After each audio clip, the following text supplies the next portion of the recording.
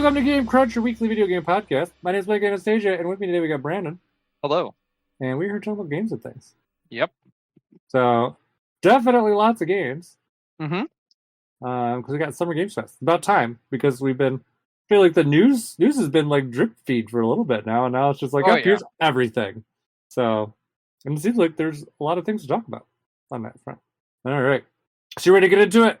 Yep. All right. Well, let's start with what we've been playing. You're going first, I guess. Okay. Because mine's gonna tie into Summer Games Fest. So you got it. Mine's not very exciting anyways. So we'll start it there. So, wow. I fully expected this week to be like my wrap-up thoughts on Paper Mario. Mm-hmm. Something strange happened. Go on. I played about 5 minutes of Paper Mario in the last week. Because for some reason, Slay the Spire came out of nowhere and is like, I need all your fucking time. And that's all I've been playing. I can't stop playing it. And I don't understand it. Because I definitely like Paper Mario a hell of a lot more. And even when I'm playing Slay the Spire sometimes, I'm kind of just going through the motions. But I just can't stop playing it. I've now finished it with 3 of the 4 characters. Kind of like the standard kind of, path. It's never pick up Baltoro then, because my god, you would never play anything again, because Baltoro is a lot like Slay the Spire, where it's like, all right, I'm just gonna go through again. Why am I doing this? Why is it 8 hours later? Holy shit. Well, the other thing that gets me is like, when I started playing and I was like, oh, this isn't too bad. Played a match. I was like, it's fine. And that's kind of how it's been since I got it. Except each week it seems to be I play more and more of it. And then like, what was it? Sunday? I played it like the whole freaking day. Like I was like, I got nothing else to do. Well, I'm just gonna keep playing it, and then I did. And so I've been getting really sucked into Slay the Spire. I even watched YouTube videos. Like that's how much I'm like, like strategy videos. Like, oh wow, what the fuck's wrong with me? That's wild. I know. I'm not a fan of this. So I'm really hoping once I beat this last character, like this kind of like dissipates and I can get back into regular business. Because I'm really getting bogged down. Huh? At least until the sequel comes out. That's not till next year, I think. I got time. Yeah, you got time. Yeah, so hopefully I'll be long past. But if I'm still playing it next year, then like there's problems. So yeah, so that's really been what's been sucking up a lot of my time. It's been like I said, your next form of crack is you got to buy Baltoro and then start playing it and be like, oh no. I know. It just seems like it's a recipe made for disaster, and I just cannot stop. And I think the other thing is too, like this game, like I know RNG can come and get you in any of these type of games, but I mean, I've had some really shitty ass RNG, and I'm still like, yeah, sure. Let me bend over and go for another round. So, all right. Realistically, that's every game that's made like this. That's Binding of Isaac. That's Baltoro. That's Hades 2. That's it's even Vampire Survivors sometimes. Some of it's my own poor choosing, but yeah, it's it is. It's definitely there, and you know it too. Because and I think the other thing, especially with this last character, is like I really want to play in a very specific way with like very certain cards, and I'm just they say that if that's what you're looking for, you kind of just have to hold out until you get what you're looking for, which means your RNG is going to seem even worse. So because you're like, well, I don't want these cards, I don't want to play it this way, but that's just kind of you have to be kind of adaptable. And some of the other characters, super easy to be adaptable. But this last character, I'm like, no, I really want to play it this way, or not at all. So I don't know, but I guess I'm having fun with it. Question mark. As I said, I can't seem to stop playing it. So that seems to be, kind of what's been taking. Your whole "I guess I'm having fun with it" question mark makes me want to be like, I think it's time for you to play a Souls game, because that's pretty much the feeling you have at all times when playing a Souls game. Well, I played Bloodborne. You know how my thoughts were on that. Was not... Yeah, I think you would really click with Eldin Ring. We'll talk about Eldin Ring in a little bit, but I think you'd really click with Eldin Ring, especially since it's just basically Bloodborne, but with the freedom of Breath of the Wild. That sounds a little bit more. A little bit more. I don't remember what it was I didn't like about Bloodborne. I mean, I didn't dislike it. I guess maybe what didn't keep my attention there. But yeah, it's yeah, no, I know that does happen. So I guess we'll see what ends up happening with Slay the Spire. Although actually, the real time sig next year we'll be talking about later in this episode. That's even if I can muster time for Slay the Spire 2. So, but we will talk about this. That's what you. Oh, it's not Slay the Spire 2. It's something not else. Slay the Spire 2. But you should have a pretty what good idea of what it is. If not, you'll figure out by the end of the episode. So, All right. yeah. Okay. All right. What's my stuff? Yeah. All right. Let's talk about Ultimate Swing Golf first. Mm-hmm. I bought a VR game, which I haven't had one of those in a very long time. Mm-hmm. Do you know what Ultimate Swing Golf is? No. It's Hot Shots Golf in VR. Okay. And it is fucking glorious. It is so fun. So, yeah, essentially, think of like how you would play, like Hot Shots Golf, Mario Golf, or like you do challenges and things to unlock characters and costumes and this, that, and the other. And it's that, but in VR. And it's really fun, really enjoyable. You can unlock like new caddies, new clubs, new courses, all that kind of stuff. And I really enjoyed my time that I've played with it. I've probably put in about 4 or 5 hours, because VR is a little bit harder to put a lot of time into, in my opinion. But it's very, very good. It's I mean, like, it's literally just Hot Shots Golf, but in VR. So yeah, I just wanted to say that if you like VR games, if you still play VR, anyone, it's definitely one worth checking out, I think, in my opinion. So yeah, that was where a little bit of my time went. Okay. Let's tell you where the other 11 hours of my time went for gaming this week. So I started a new Eldin Ring character. Yeah. And I'm trying to beat the game before the new DLC comes out. When is that? It comes out on the 20th. Okay, so you got a little time. But yeah, here's the thing. I never knew that there were like points that you were supposed to like beat the bosses at. Like, you should be this level before you go to fight this boss. Mm-hmm. And so I was just playing through this, and my friend was watching me play through it and everything, because he actually gifted me the DLC for this a little while back. I think I may have mentioned it on here. And he's been watching me play through it, and he asked me after I beat like the first 2 bosses, like Godric the Grafted and fuck, I can't remember the other one. Anyway, he asked me like, "What level are you?" And then we like checked, and I was like 20 levels under level to have beaten the boss. And I was just like, "Oh, there's actually like levels that you should be beating this thing at." He's like, "I just decided to like look it up, and like this person's saying things like, yeah, so I'm like level 41, and Godric's kicking my ass," and they're like, "Yeah, well, you should be like level 46 before you take him on." I was level 21. Oh wow! So like, just a little different. But yeah, I've been having a lot of fun getting back into Elden Ring. I've been playing that. I basically have gone with a cheese build, even though it was nerfed to hell and back, but it's still fun.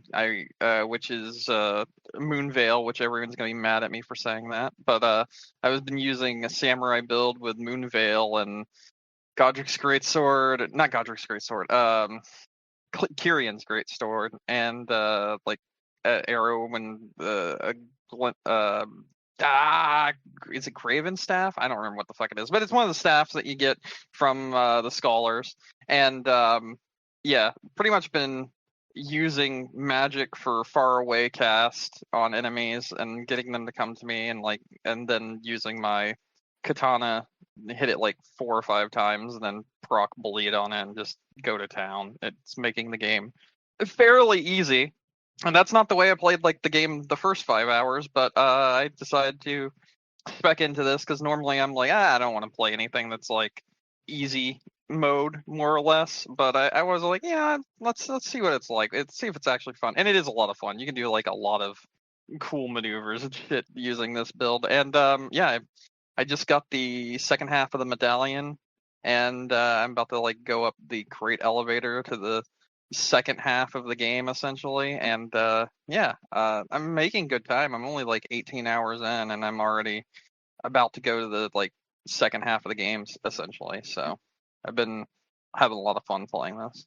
But yeah, Oh, okay, that's good. Hopefully, you can finish it in time. I think I can. I'm playing like a lot of hours a day in this game, so I think it shouldn't be that difficult. Let's talk about a few games I played. Okay. Demos for Summer Games Fest. So first, I'm going to talk about Motor Boom. Motor Boom is a. By the way, I will be posting all these for you so you can look at them, Mike, Okay. in like general. Yeah. Motor Boom is a game that plays like a mix between Tony Hawk and and Vampire Survivors, and it's actually like a lot of fun to play. Random. It's very random, but it's really enjoyable. So essentially, like you have like the stages. Like I think they remake the entire first like Tony Hawk stage. It's like so iconic, and you play through that stage. But like enemies start spawning in, and you have to like take them out with like the weapons that you have, and you eventually get offerings, which are just essentially cards that you accept, which is the equivalent of like whenever you open up a chest in Vampire Survivors, and whenever you select an item that you want in Vampire Survivors, it's that equivalent. But it's really fun. It's really hectic, and then it also has like an upgrade system after you like lose a round, so that you can like upgrade yourself to be better the next time you go in. And it has multiple characters you can choose from and all that good jazz. It's kind of easy to get lost in this one. It's a little iffy, like a little not poorly made, but like it's very amateurish, but it works and it's good. Moving Yeah. on, we're gonna go to another game Okay. because, like I said, I have quite a few of them. This game is called While Waiting, which was shown off at I think Cozy Games Fest. And While Waiting is kind of like your general WarioWare games, but not really. So like you are given a objective, and the objective only involves waiting for something. So like wait for Okay. an elevator, wait for the bus, wait for this, that, and the other. But you can interact with so many things, and you can do things to like keep yourself busy while you're waiting. That's why it's called While Waiting. So Uh-huh. for instance, like there may be one that's like finish downloading your game, and you have like the screen up of what you can do. And like for instance, there was the game that you're downloading, but then there's like two other downloads, and you can choose to download those two things first. And like one is a YouTube video that you can then watch, and the other one, it's like a fake YouTube video in the game. And the other one is literally like Desert Bus Simulator, if you've ever heard of that, that you can then play for 8 minutes while you wait for the game to download. And it's like it's weird shit like that. Oh, weird. Yeah. It's very weird, like mini games that can then become like mega games, like take a long ass time. And there's little like check boxes that give you like a general idea of what you can do. Yeah. So for instance, there's like one here where you're waiting for your hearts to refill in a mobile game in the game. You're waiting for your AP to replenish. And Hmm. then they have options. They have like a little checkbox that's like, am I spending responsibly? I feel invincible. Screen shiner. I will refill the hearts on my own, and do nothing. The option is always there to do nothing and just win the game by doing nothing and actually just waiting.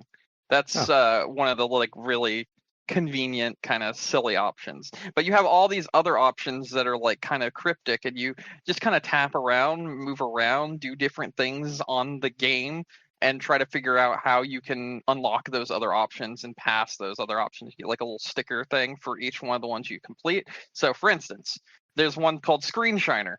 You could click the power button on your phone, which then turns it off instead, and then you start rubbing your finger across the screen to clean the entire screen. Oh. And you do that while waiting, essentially, for your hearts to refill instead. And you get a little stamp that's like, oh, you were the screen shiner. You did that instead of, doing nothing, And there's other little things like, am I spending responsibly? You can just click the gems instead and be like, I'm going to buy my time to be refreshed, and that like you have these little ideas. I'm not going to give everything away, but it's a little puzzle game where like you have an idea of what you can do, but you don't know how to do it, and you just kind of click around, move around, try to figure out what you want to do to unlock those other individual things. And it's really fun. They give you like 10 in the demo, and all 10 of them were pretty interesting and had really interesting like solutions to them. So cool game. I like that. There will be 100 in the full game. So the 10 in the demo is like nothing, you know? Yeah, just dropped in the bucket. Dungeon Crawler. This is a really funny game. It's really fun. It's similar to something like Slay the Spire or any of those other games where you like have a deck that you have to build out by picking cards, but you don't pick the cards. Instead, you pick up items with a crane game machine, and those items are then your attacks. So you have items that you have inside the crane game machine, and then you get 2 chances. You can upgrade to have more, and you use the claw to pick up items inside the machine, and then that will be your attack for the enemies that are down below. So like if an enemy has like a really powerful attack and you can see how much they're going to hit you with, you'll want to do things like strategically try to grab like things that will give you shields instead, so that you can buff your character so they can like tank the shots. But you'll also want to be able to like mix that in with being able to grab like weapons and items, you know, that'll like double your damage, and that you'll be able to do like certain attacks to enemies. But you have, it's a balancing game, and then on top of all of that, you're also playing a crane game every single round to get these attacks, and it acts like an actual crane. So even though you can get like boost, like a fuck, what is it, a magnet eventually, which allows you to like grab things that are, you know, magnetic and get them easier. But yeah, it's a really interesting concept, and it is very similar to Slay the Spire or something like that. But instead of using cards, you're using a claw machine essentially. Okay. It's neat. I like this one a lot, actually. This one was really fun when I played That sounds interesting. Although I don't know why, just looking at the pictures and stuff, it reminds me a lot of Sticker Star. That's what makes me think of. Huh. I don't know why that was the first thing you went to, but we'll take it. Okay. Well, I think it's just because I don't know, just maybe how they're getting things out of the claw machine. Because your attacks were kind of dependent on, in Sticker Star, about, you know, what you had like acquired and found in the, you know, the stores or from the enemies or whatever. Yeah. So, yeah. Okay. Moving right along, I'm going to talk about this last game, which is fucking excellent. That's the easiest way I can put it. This game actually comes out with the first episode on PC on Friday. So when you're listening to this, it will already be out. This game's called Fallen Aces. It's from one of my favorite publishers, which is New Blood Interactive. And it is a mafia game designed to look like a comic book or a graphic novel. And it plays similar to games like Deus Ex or Thief or the old Perfect Dark games, you know, or GoldenEye, that sort of deal. But also there's a lot of interactable objects, and it's focused on whatever you can get your hands on. So for instance, you look at a wall and there's a pipe that's sticking out, rip that pipe off and beat someone over the head with it. You find a bottle in the back alley, beat someone in the head with the bottle, break it over their head, now it's a shank. Now you can shank people with it. And there's a storyline here where you're attempting to I think figure out some murder or some shit. I don't fully know the storyline because in the demo it didn't really give us that much to go off of. But the gameplay is really, really fun, and I really had a blast with this one. It's got that Duke Nukem feeling, or like Doom feeling, but it's so interactable, and the places you go to and the way that it's designed with all the like bang, boom, pals when like you hit someone or whatever, super neat. I loved this game. I'm going to be picking this up Friday easily. So yeah, really excited for this one. This is probably my favorite among all the demos I played. I didn't have a lot of time to play demos because I've been greatly playing Eldin Ring, which we'll talk about in a bit. But I will point out a few others that I didn't get around to that looked interesting. And I'm going to mention one more that I did play because I I forgot to mention this one already. Wild Bastards. You remember Void Bastards? Is a game that came out a little while ago.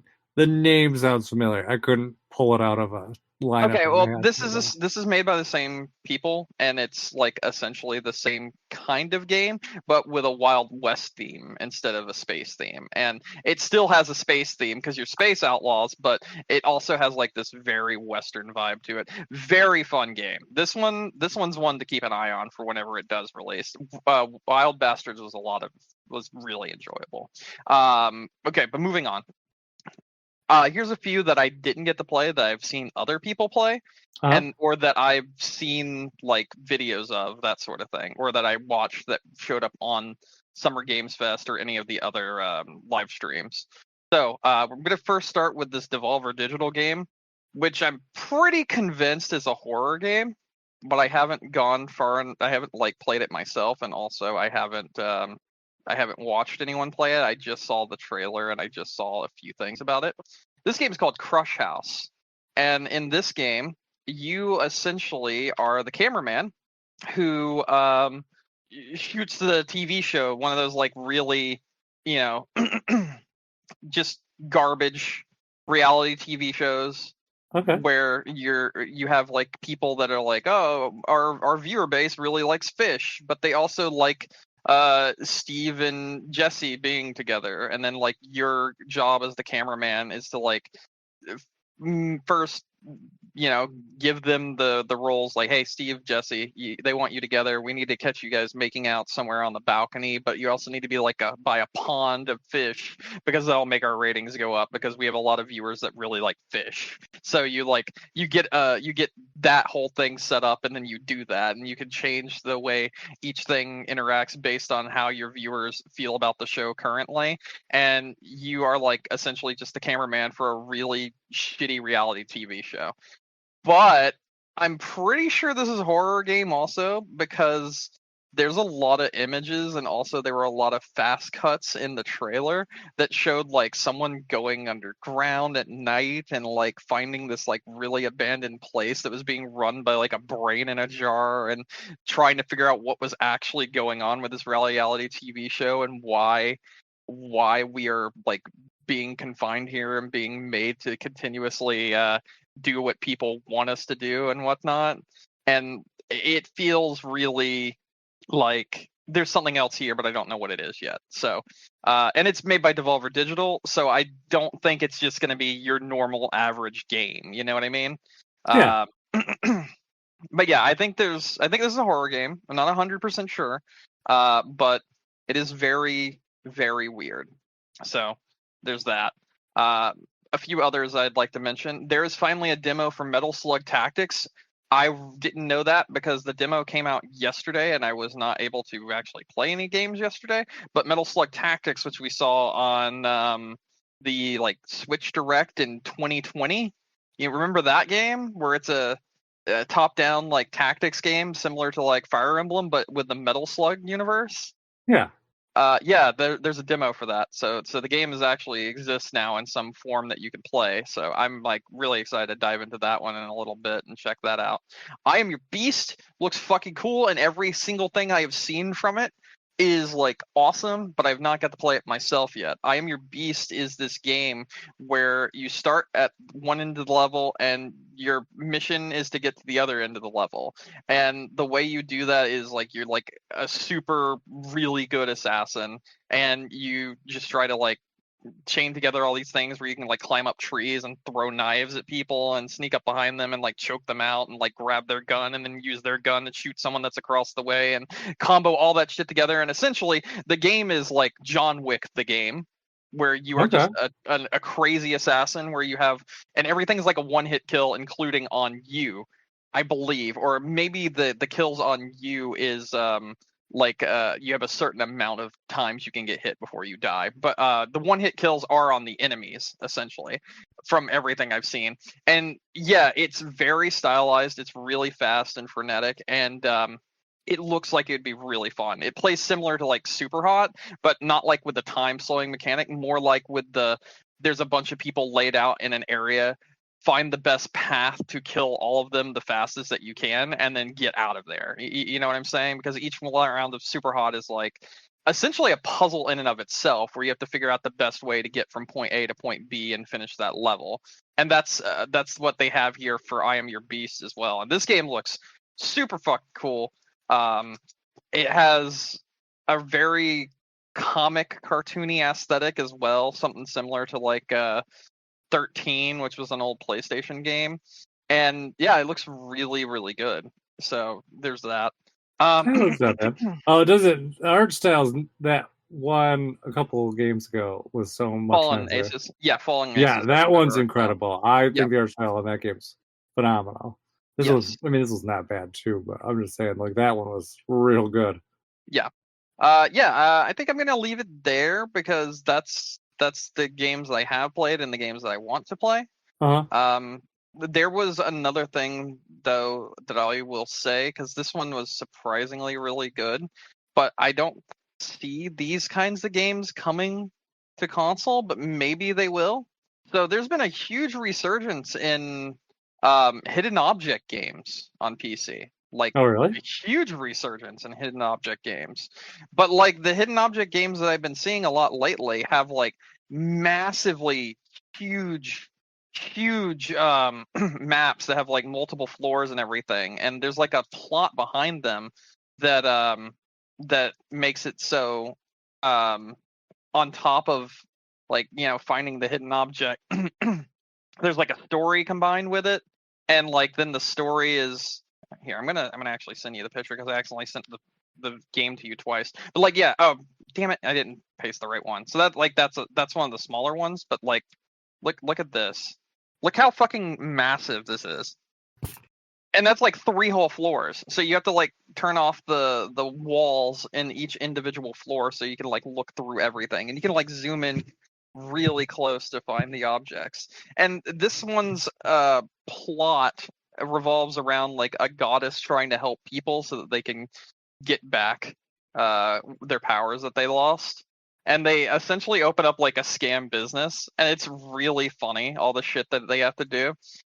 It's good. Like, this was a lot of fun. I lost like 2 hours of my life to this demo, and there were only like 7 stages, but it was just, there's so much stuff to look at and click around and interact with that it makes it a really interesting concept. And a lot of these have been releasing lately, but I think this one that's called Lost and Found has done it probably the best.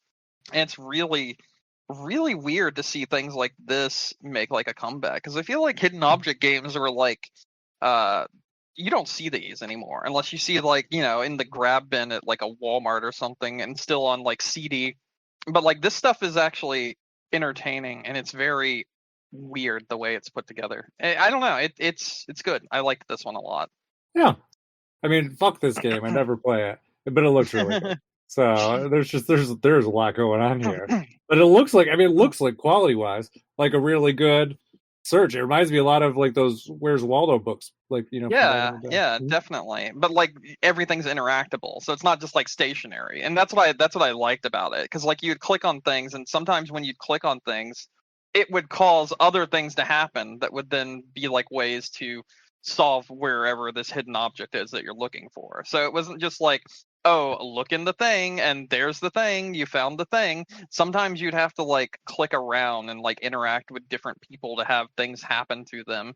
Like, I think there was like a group of people that I was able to turn someone into like a tiger, and then they attacked the people's like food, and then when it attacked the people's food, one of them dropped something out of their pocket, and it was one of the objects that I was looking for.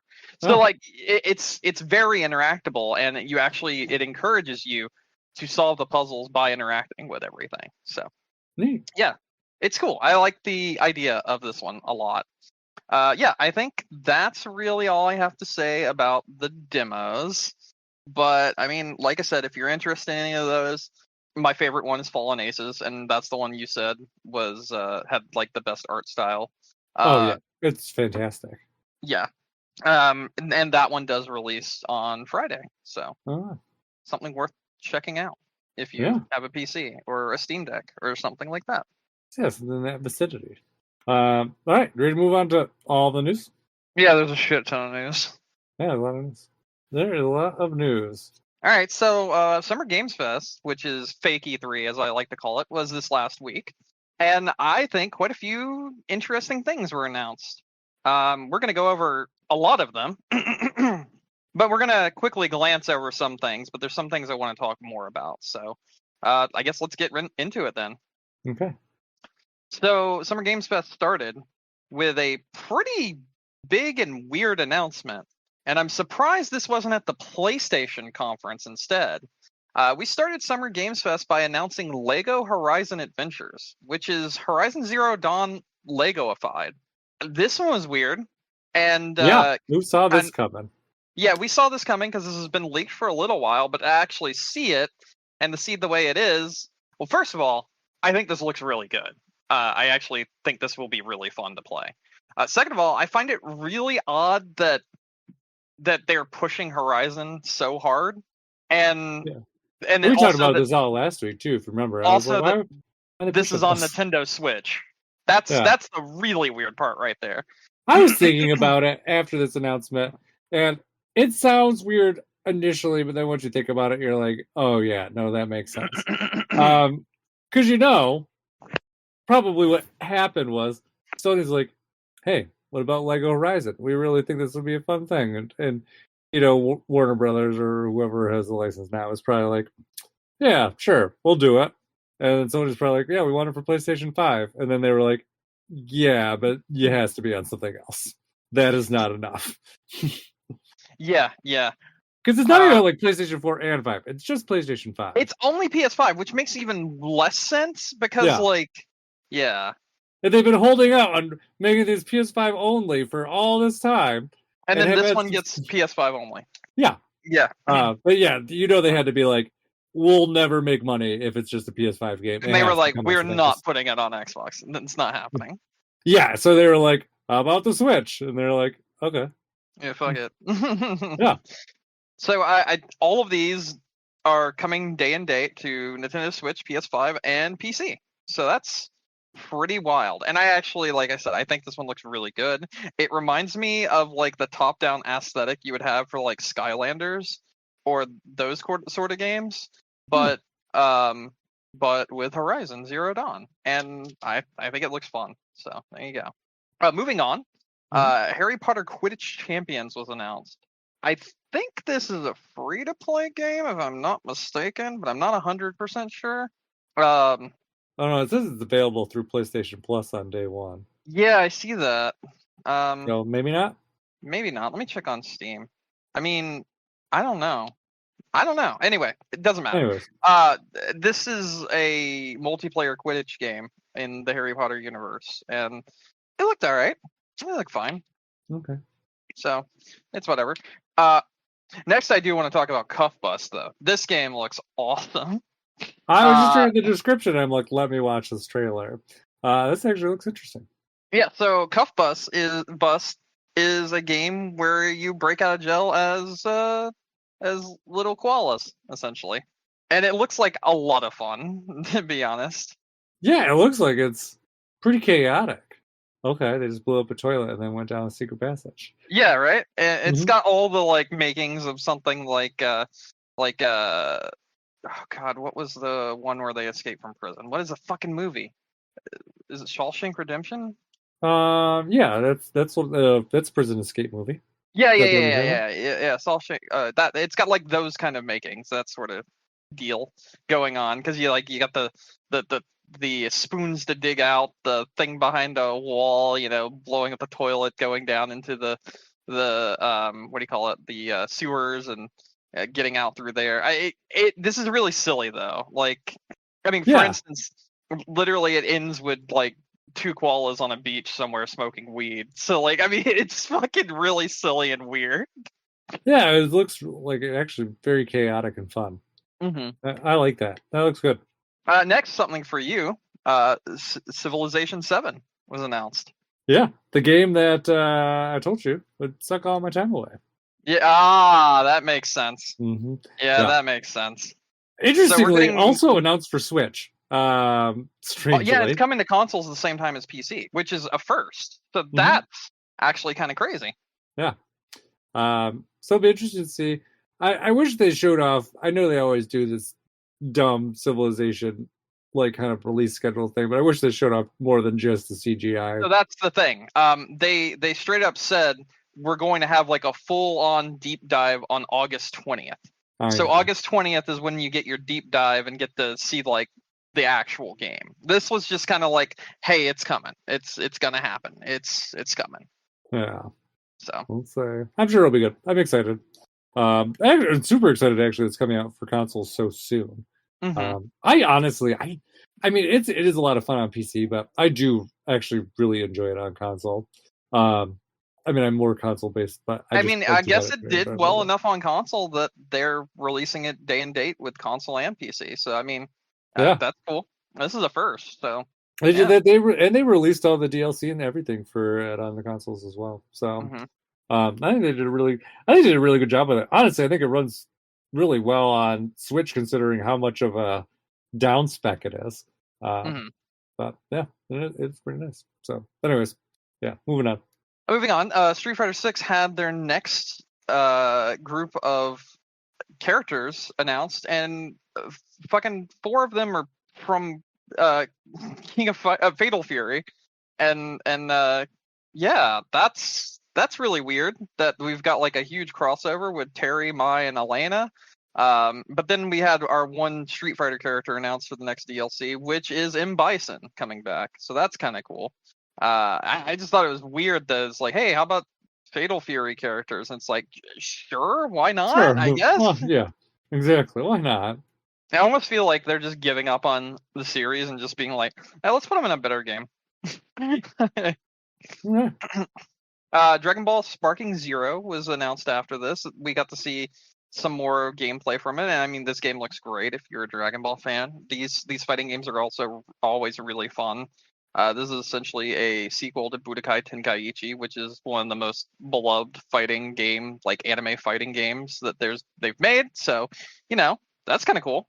Yeah. And then, just kidding. You remember how I said Fatal Fury is like, well, we're just going to release our games on Street Fighter 6 instead? Nope, we announced a new Fatal Fury almost immediately after this. Oh. And it was pointed out that it was like, hey, yeah, I was just messing with you earlier. Here's the actual Fatal Fury game that's coming out in the future. And then they showed off the new Fatal Fury, which looks pretty good, honestly, and it's confirmed for like early 2025. So neat. Yeah. I think the theme of every single showcase that we saw was essentially everything comes out next year, which kind of sucks, but it is what it is. I feel like that's every year lately. Not necessarily. I feel like lately when we've had showcases, especially things like a State of Play or a Nintendo Direct or even Microsoft Showcase sometimes, that it's releasing in a few months. They want to show you things that you will buy later this year during the holiday season, and that just wasn't the theme of Summer Games Show, the Summer Games Fest. I guess it's true. I think I'm thinking more like the Summer Game Fest is good. I'm thinking more, sorry, like the I don't know. You did say the PlayStation shows and the Xbox shows. Xbox shows are always like next year, next year, next year, next year. Like they never show off anything that's coming out. Like PlayStation's been a little better lately, but I was gonna say, I mean, we did get Hi-Fi Rush literally announced and then released. Let's not forget that happened. And I believe that showcase last year was a lot of things were announced and released within like the next 3 to 4 to like 6 months for Xbox when they had that showcase with the Hi-Fi Rush. I think it was their which one? I think it was their summer one last year. I was the one that I was just like everything was like next year. Yeah, that was the same with same with Nintendo and PlayStation during that time as well. But yeah, I know what you mean. And Microsoft does do it the absolute most out of everyone. So I don't disagree with you there. I just think they were doing a little bit better, and now they're back falling in their own old ways. But we'll talk about them in a little bit. Right now, let's talk about Monster Hunter Wilds, because we got to see another trailer for it. And I mean, this game just looks better and better every single time we see more for this game. This game looked awesome. So, I mean, that's really all I have to say about that. Monster Hunter Wilds looks fucking sick. And then we got Metaphor Refantasio. I don't know how to pronounce the second part of its name, but I don't give a fuck. I'm just gonna call it Metaphor. It's Yeah. a game from the developers of Persona, and it looks really good. This is one that was announced and is releasing October 11th. So this is one of the few games at this showcase that's like, yeah, you can play this in a few months. So Okay, not bad. it looks really good too. Like I highly recommend looking at it. Like if you think Persona 5 was stylized, dude, you got to see the fucking stylization for Metaphor. It's crazy. This was one of the coolest announcements I think for Summer Games Fest coming up next, and that's that Blumhouse Studios, the makers of a bunch of horror movies, have decided to open up their own video game studio. And not only Okay. that, but they're going to be supporting a lot of indie titles that have been in the making for a while now. So a bunch of indie titles got announced from Blumhouse, where I guess they're no longer independent because they're being published under Blumhouse Games, but they picked up a shit ton of things and they showed off a bunch and they all looked very good. So a few of the things that they showed were things like Crystal Theater of Idols, Grave Seasons, Perfect Garbage, Sleep Awake, and Fear the Spotlight. Fear the Spotlight is a game that's actually shown up many a times in like the indie space, and they didn't really have any funding, but they'd been working on their title, and Blumhouse has said they're basically going to be hands off. They're just here to help put out new things and get people out there in front of others. And I really like their approach to this. I like Blumhouse as a movie studio, and I'm actually really excited to see what they do for the horror games and stuff that they're publishing. I'll give you an example of one of them. So Grave Seasons is like a farming simulator, but it's a horror game. And it looks really fucking cool. I'm gonna be honest there. Yeah, that sounds interesting. Fear the Spotlight is a game which I wish I could. Yeah, there's like one of them that's like super cool where you get hired on a case, but the case is to like help build this video game that was unfinished, but the video game that's unfinished actually holds like the secret to a murder. So it's like a murder mystery, but you play as a developer who's like trying to piece together who the murderer is through the unfinished video game that you're helping finish. It's super fucking cool and meta, but like a lot of these titles that they showed had some really interesting ideas and something different from the general like normal horror genre, and it looked like a lot of fun to check these out. So if you're like a horror game fan, I highly recommend checking out at least the Blumhouse Games Summer Game Fest trailer and looking at all those games that they just announced. Hopefully, they can bring the same enthusiasm to games as they do to the movies. I agree, but I mean, like I said, they did pick up a bunch of indie developers who already had a lot of enthusiasm. So some of these games that I saw here, in that Katie saw here, because Katie watched this also, she was like, "Oh, I have actually seen someone play this game. They were playing a demo of it like last year or something," and it's like, "Oh, okay, so like this is something that's been in the making for a while." And I looked up some of them, and sure enough, some of them have been like like 1-2 person teams, like smaller teams working on these little indie titles, and Blumhouse essentially was like, "Hey, we'll help fund you." So I think they went and found people that have a real passion for horror, and they're just kind of giving them the funding they need to get these games in front of other people. Yeah, which is good. Moving on, we then had an announcement of Alan Wake 2's DLC, which is Night Springs. This was one of the cooler fucking announcements from the entire show, in my opinion. So we had Sam Lake come out on stage, do his little Sam Lake dance, and then be like, fuck it, who cares? So he then announced Night Springs and how the DLC will work. Night Springs are 3 what-if scenarios that take place in a TV show called Night Springs, which is a in-world TV show that exists inside the lore of the game itself. This TV show has several episodes written and by Alan Wake, so all these things actually exist because Alan Wake wrote them, because that's the way Alan Wake 2 and Alan Wake in general works. And the 3 scenarios that you get to play in this, which is really interesting to me, is you play as the diner waitress from the first game and from the sequel, trying to save her favorite writer, which is Alan Wake, obviously. Yeah. And then you play as the mysterious Jessie Faden, who has found herself in Night Springs while she is searching for her lost brother, who was, manipulated by a shadowy organization. By the way, I think you know who that is, right? Mm-hmm. That's the main character of Control. And then you also play as, now, it's not the same character, quote unquote, but it is the same character from Quantum Break. You literally play as him as the Oh, third cool. one. So there's some crazy shit going on here that's breaking a lot of things. Like it's very meta, that sort of thing. And all of this was announced, and it was then told to us, oh, it releases tomorrow. So this is already out. I have not Oh, played wow. this yet because I have not purchased it, but he said you'll be able to play these DLCs all at once in 24 hours. And that was essentially what happened. He came out on stage, he said that, showed off a trailer, and then fucked off. And then everyone got to play the DLCs the next day. That's pretty awesome. Yeah. I'm surprised you haven't already got it. I think that's actually my bigger surprise. Yeah, my issue is money right now. There's a lot of shit going on, and I have to save money right now. Yeah, understandable. Phantom Blade Zero was next. A really cool looking game that isn't a Souls-like. This was shown off at the PlayStation Showcase a few months back, but we actually got to see some gameplay. This one looks sick. It looks a lot like Sekiro, so I'm kind of digging it from what I've seen so far. Very interested in this game, but I don't really have much to say about that. Let's move over to Slitherhead. Slitherhead is the next game from the new independent studio that's being run by the original creator of Silent Hill. And this is one that people seem to be like, this is weird. So it got a release date of November 8th. So like it already is going to exist this year, no matter Okay. what.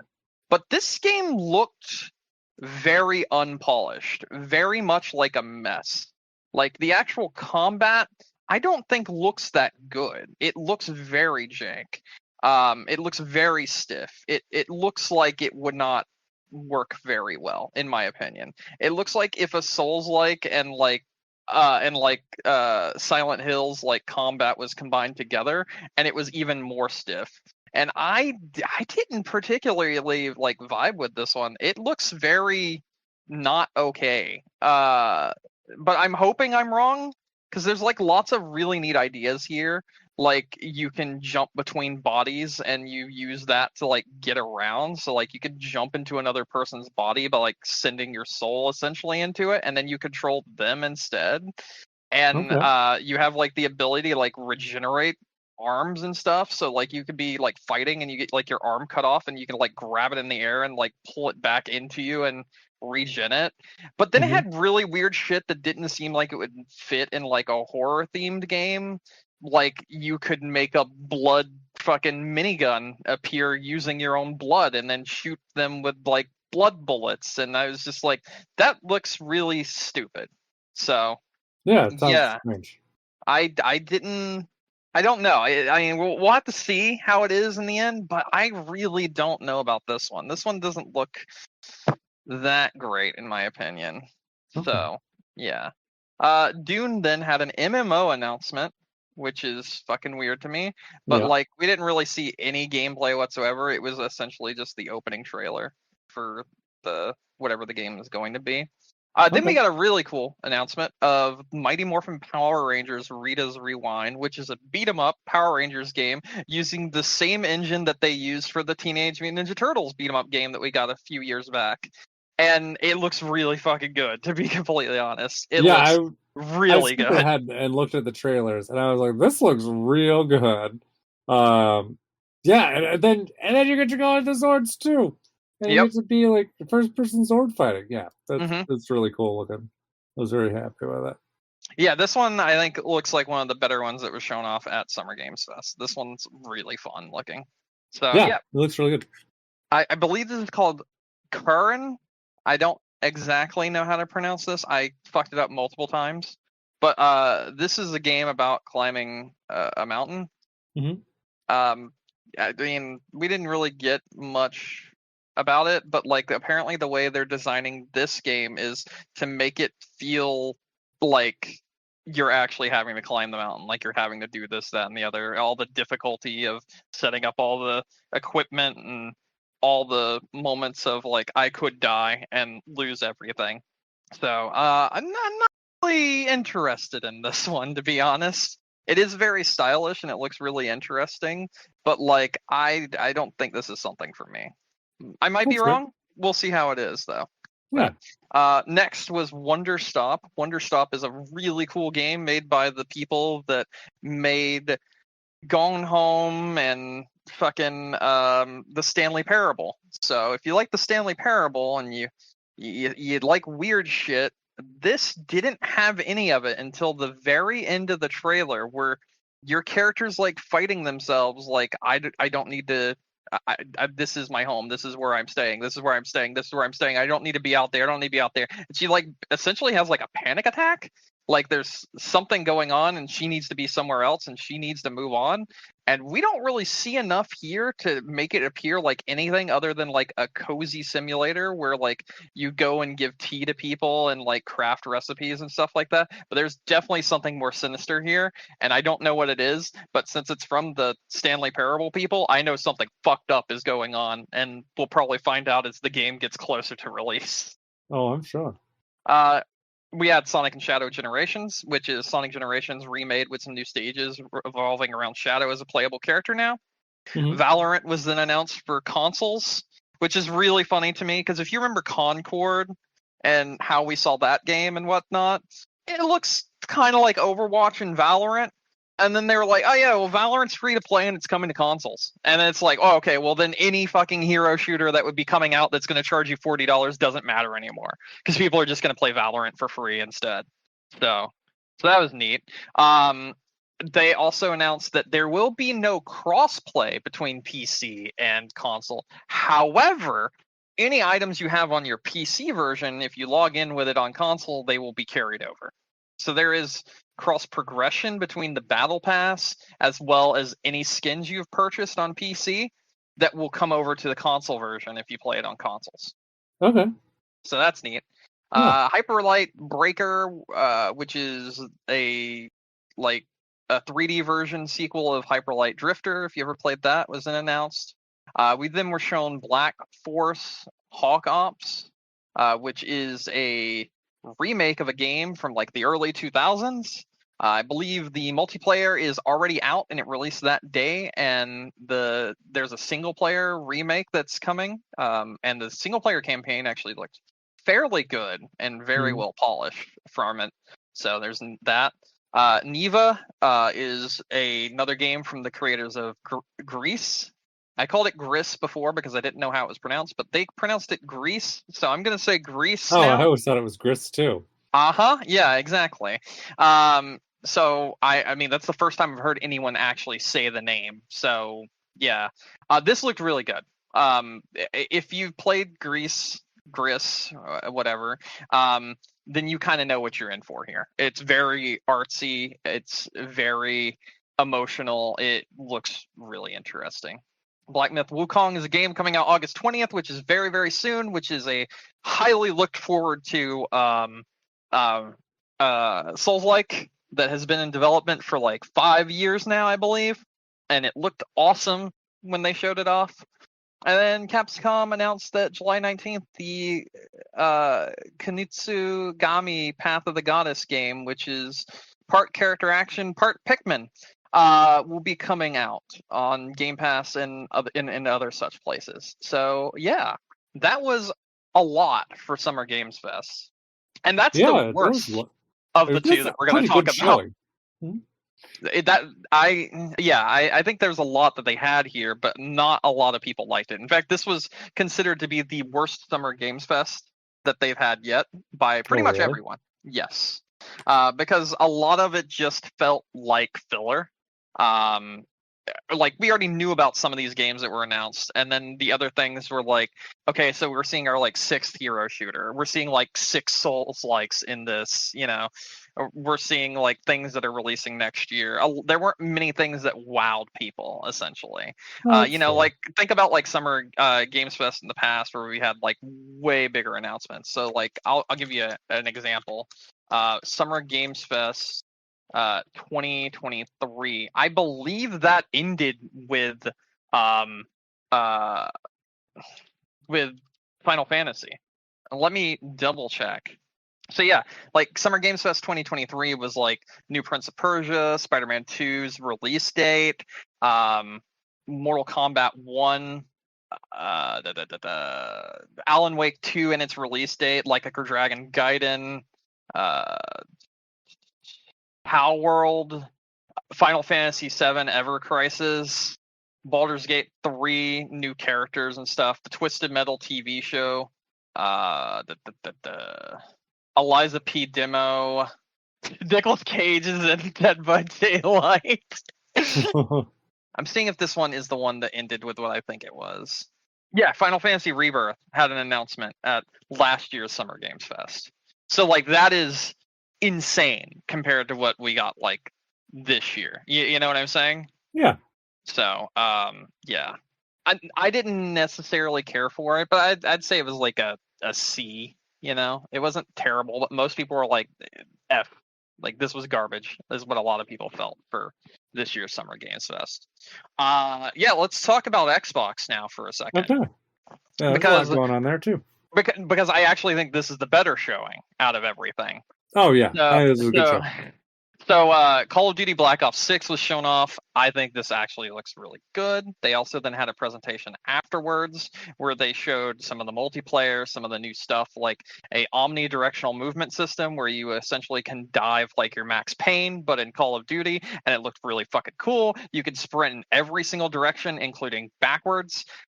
Neat stuff that they haven't done before in one of these games. They showed off zombies. They showed off multiplayer. They showed off how they're going back to the old progression system. They showed off the single player campaign, which looked really neat. Cool stuff. Moving on. Doom: The Dark Age is the coolest fucking thing I've ever seen in a very, very long time. And yeah, that was game shown. It looks so badass. Yeah, and not even just like like visually looks good, like stylistically looks good, like it's hitting all the right notes. I love the idea that we replaced this chainsaw with a sword that is, I mean, not a sword, a shield that is still a chainsaw. I love that there is a gun that crushes up skulls and makes them into bullets. I love that you can ride on dragons. This entire game looked fucking awesome. Gives me a very much, I mean, not that we have seen anything, like a very much like a Hexen or Heretic vibe as well. I fucking love Hexen. I'm, that's awesome. Are you like secretly a boomer shooter fan and I just don't know it? Like, because you're throwing out some older shooters right now. I mean, I played them like a long time ago. I haven't played anything like that recently. Okay. Yeah, this game looks fucking awesome. I'm really excited for this, and the theme of this entire show was pretty much everything's day one on Game Pass that they're going to be showing off. So this game, Doom: The Dark Ages, day one on Game Pass. It'll be launching in 2025. More information will be coming up at QuakeCon in the future, and yeah, I'm super excited for this one. We then got a CGI trailer for State of Decay 3, which essentially was just being like, hey, this game still exists. No release date, no nothing, but just a CGI trailer, which was kind of mid. It's fine. We then got Dragon Age Veilguard, which is the new Dragon Age game. This looked very. I don't People know. Have been very mixed online, I would say. Yeah, I don't know any other way to describe this trailer other than like Marvel brain rot. You know how like there's that humor you get with Marvel things where it's like, haha, we have quirky characters, haha, we silly, like, you know, like Guardians of the Galaxy, like that kind of shit. Yeah. It had that kind of feel to a Dragon Age game, and it didn't look good at all. And then I saw the actual gameplay today, and I don't know where Dragon Age went, but this ain't it, Chief. So there's that. This is more like people been. You know what this game made me realize? Actually, how irrelevant BioWare has been. Absolutely. Yeah. There's literally like 0 point to them existing at this point. No, they just don't do anything. So, yeah. Yeah, Anyway. so again, not interested in this one, but it was announced here at the Xbox Game Show, so whatever, we'll talk about that. We then saw DLC for Starfield, the Shattered Space, which you know my feelings on Starfield. Don't really like this game. I thought this DLC looked awesome though. It looked like it could be really fun. They then also announced that night they would be releasing the creation kit for it, which makes it so it's easier to mod stuff. So. Mhm. That was released that night, and when alongside the creation kit, there was also the modding like workshop put into the console version of the game. So some are paid mods. A lot of them are free mods that are curated by the community and are already up to download right now on the Xbox version. So even on consoles, you can download mods right now for Starfield, which is kind of neat. Nice. They then announced a new map, like a new expansion for free for Fallout 76 called Skyline Valley. I mean, apparently Fallout 76 has gotten really good, and shit tons of people are playing it now. So I guess cool. It's a new region in Appalachia, and lots of new stuff is added, and it releases on June 12th. So it was one of those cases of announcing something and it releases the next week. So there you go. Expedition 33 was next, which looks really cool, honestly. So the plot of this game is every year this like god paints a number, and everyone who is that age will just Mhm. instantly die. Okay. So Expedition 33 is a group of people going on an expedition to kill this god and to bring about the end of this this thing that's happening every year. And these are the people that are 33, and it's 34 right now or something like that. And the next expedition, like once this one counts down, like this year counts down, all these people will be fucking dead. So you're trying to get there and stop this person before they can continue and go on to 32, which will erase everyone from 33, which are all the people that you're playing as. It's an RPG. It looks really good. It's got a lot of the Persona markings for it. Apparently, a lot of the people that are working on it are huge fans of things like Final Fantasy and Persona. I think some people that worked on Final Fantasy in the past are actually working on it as well. This game looked pretty fucking cool and came out of nowhere. It's from Standfall Interactive, which I've never heard of, and I don't even know if like what they've done in the past. So like looking at it, I don't even know if they have done anything in the past. But yeah, this looked really cool. Might be a new company from the looks of it, made up of people that have worked on worked in a lot of different places. There are a lot of different people that have worked in here essentially. Okay. Yeah, so I mean, it looks neat. This is the first time we've heard of it, first time we've seen it, first game from a new company, and yeah, it looked cool. Yeah. Then we move on to South of Midnight, which was announced, I want to say 2022, maybe? Yeah. So it's Shown off a definitely not our while ago. first showing. It's been a while. Yeah. Yeah, but we actually got to see gameplay of this, and this looked really, really good. So this, you're like on a giant fish in the bayou, and you're trying to continue, and it looks like you're hunting down like your mom or something for your mom. Hmm. And like this has like really southern vibes to it. I'm like thinking like Louisiana, like that sort of deal, like something really really southern. Like for instance, like I think the word skedaddle is used, for instance, Okay. in the fucking trailer. Why not? Yeah, but it looked really good. And it's all of its cutscenes are done in the style that's similar to claymation, Hmm. and like its enemies have this like this look to them. I don't know, man. This looked really good, like really, really good. Um, it seems like a platformer beat 'em up kind of action sort of deal Hmm. with like, I mean, I don't really know where this is coming from, but like, I don't know. I kind of like it. That's all. It was really weird. It's one of the more inventive games out of the entire showcase, and it's very hard to kind of describe it. So it's more like I would like you to go like watch this whenever you have time because it looks really good. Okay.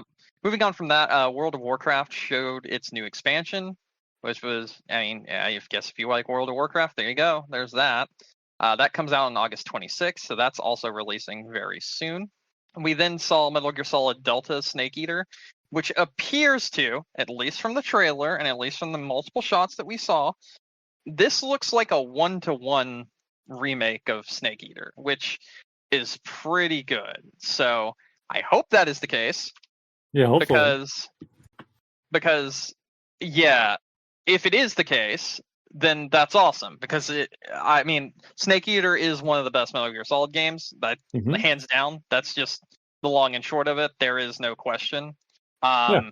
And if they do it justice, then I'm really happy. I believe we did actually hear David Hayter playing Snake again. So that No, was fucking cool. Yes, yes. I So did that not was hear fucking that. cool.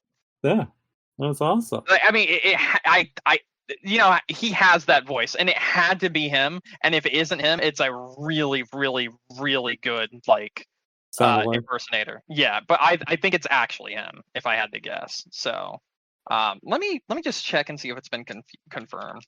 I think it has been confirmed that it is him. So I do think it is actually David Hayter. That's great. But anyway, super neat. I mean, it has to be him, right?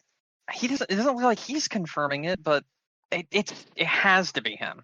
Well, there's one other place to check, probably. Let me see. You can keep talking. I'll look while you're talking. Okay. Let's see. Yeah, I think it is. I think it, like everyone's saying that it says featuring David Hayter, so I do think it is him. Anyway, I mean, like this looked good. This looked good, and if it does actually, deliver, I'll be very happy because, like I said, Snake Eater is my favorite Metal Gear Solid. So there's that. We got Sea of Thieves announcement for July 25th, a new expansion where you can play as a villain. So that's cool. Flintlock: The Siege at Dawn was shown off again. This is a Souls-like that's like an action RPG that involves an axe and a fucking flintlock pistol, and it's from the creators of Ashen, and it looks pretty good, to be honest. We saw this before a while back on one of the Xbox showcases. I think it was last year. We saw it again at this one, and I think it looked pretty cool. So there's that. Age of Mythology Retold, a remake of Age of Mythology, coming to PC and consoles September 4th. That was cool. This is the one that I think was the standout thing, and we got to see Perfect Dark gameplay. Oh yeah. Yeah. This looked really fucking good. It looked a lot like Deus Ex, and if if not Crystal Dynamics, if is it Crystal Dynamics? Who does Deus Ex? I think it is. No, Eidos No, it's Montreal. probably Eidos. It's Eidos Interactive. That's what it is. If Square Enix and Eidos Interactive aren't going to give us a new Deus Ex, and Microsoft wants to, I'm down for making Perfect Dark into a more Deus Ex style game. There was definitely some weirder things towards the end, that were kind of, pointing towards that Perfect Dark thing, like aliens, like ancient, like sci-fi technology, that sort of stuff. There was some shit that was shown towards the end of the trailer that started pointing towards that idea, so that's still there, so that's really cool. And yeah, I'm all for this. No release date, no nothing, but I mean, we heard a few weeks back supposedly that this game's in a very, very rough state, and looking at this gameplay and trailer, this looked fucking awesome. So if this is Yeah, the I was rough surprised shape, to see I it was just like, for that reason. Yeah. yeah. So either these insiders don't know jack shit, are lying, or they just got together a really good trailer, because this shit looked really good. So we then got to see the opening cinematic for the new Diablo 4 expansion, which looked awesome. Picks up immediately where Diablo 4 ended, so that's really cool. I thought this looked great. I've heard that Diablo 4 has gotten way better with the last season, so I might check this back out in the future. Nice. We were then shown Fable.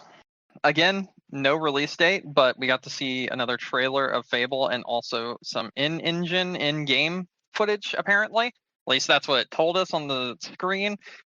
This looks good. Like, this is starting to shape up to look very good. It definitely had that like dry British humor feel to it, like old Fable games did, but it was like with a whole new coat of paint. And I think this could end up being really good if it's done right. But also if it ever releases, so there's that as well. Yeah, the big caveat there. We were then shown another hero shooter called Fragpunk, a 5v5 shooter. However, it's also a deck building roguelike card game. What the Yay. fuck? So this is a first person shooter similar to things like Valorant and whatnot. However, you also have cards that you can pick from at the end of every round, and the cards can actually change the gameplay dramatically. Like you can use it to build entirely new places. Like you have a card that allows you to place a bunch of grass in an area to make yourself more concealed so that they can't actually see you, and you can hide among the grass. Or how about big head mode, where all of your opponents that you're fighting against now have massive fucking heads that make them easier targets for headshots. Yes, this is actually a mechanic in this game. It's really weird. It's very silly. I don't know how they'll balance it. I don't know what they're doing with this game, but it does have a very interesting twist on the 5v5 hero shooter.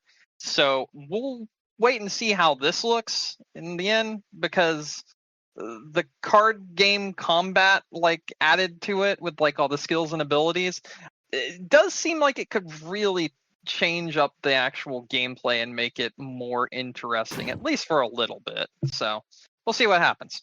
Okay. We then saw Winterborough, which is a survival game about being a little mouse and trying to survive the winter after moving back to your old home. Don't exactly know what this was. It looked kind of weird. It kind of reminded me of Don't Starve. Yeah, looks all right. Then we saw Mixtape. Mixtape is very interesting. So this game seems to be like a narrative game told from like the point of view of someone like having their like last summer vacation or something, and like growing up, that sort of deal. So it's got like Life is Strange vibes.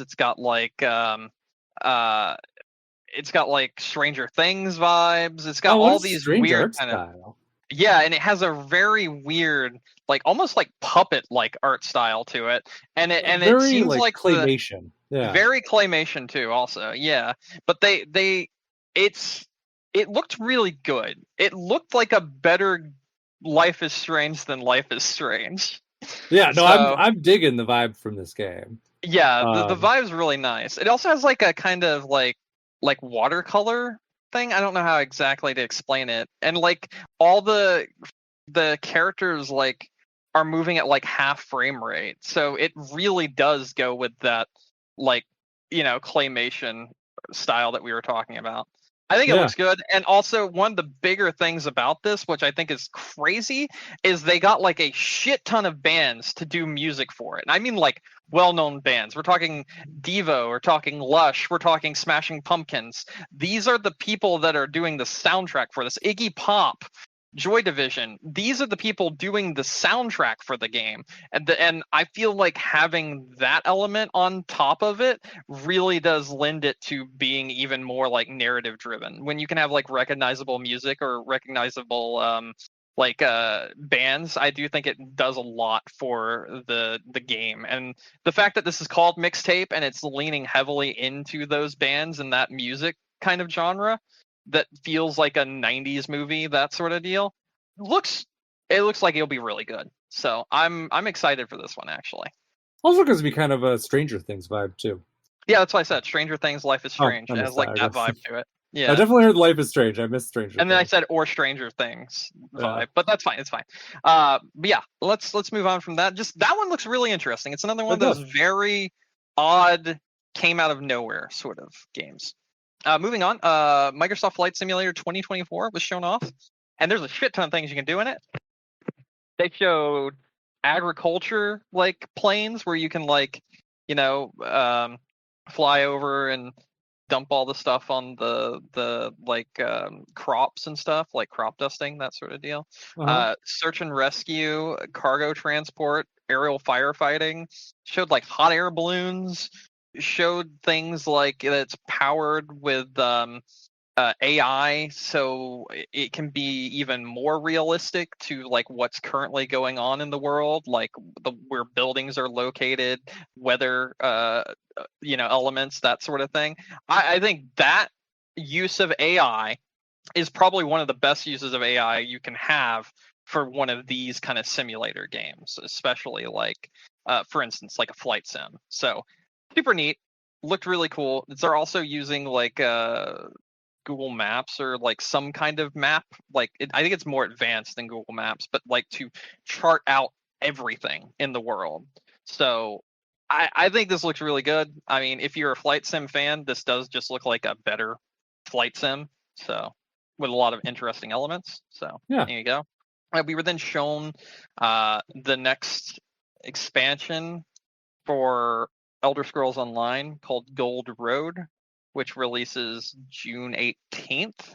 They also announced that all DLC for the foreseeable future, for a little while, for a limited time, is free right now for Elder nice. Scrolls Online. So you can just play till your heart's content. So that's kind of neat, and it's their 10th anniversary, so there's a lot there. Speaking of Life is Strange, we got a sequel to Life is Strange announced next. Life is Strange Double Exposure, which seems to be a game where you play as Max Caulfield again, many years into the future. She has a new best friend, and her best friend gets murdered. And Oh, she's geez, able this to girl needs hop. to stay away from people. Yeah, she's able to hop between dimensions, and there are two separate dimensions. One dimension where her friend was murdered, and another one where her friend is not dead. And she has to kind of convince her friend that's dead, that you could die at any minute, and we need to avoid that from happening in the second dimension, because she thinks that'll be a way to save her in her own dimension. And it's like dimension hopping from the looks of it, between the two to solve puzzles and in a very Life is Strange sort of way.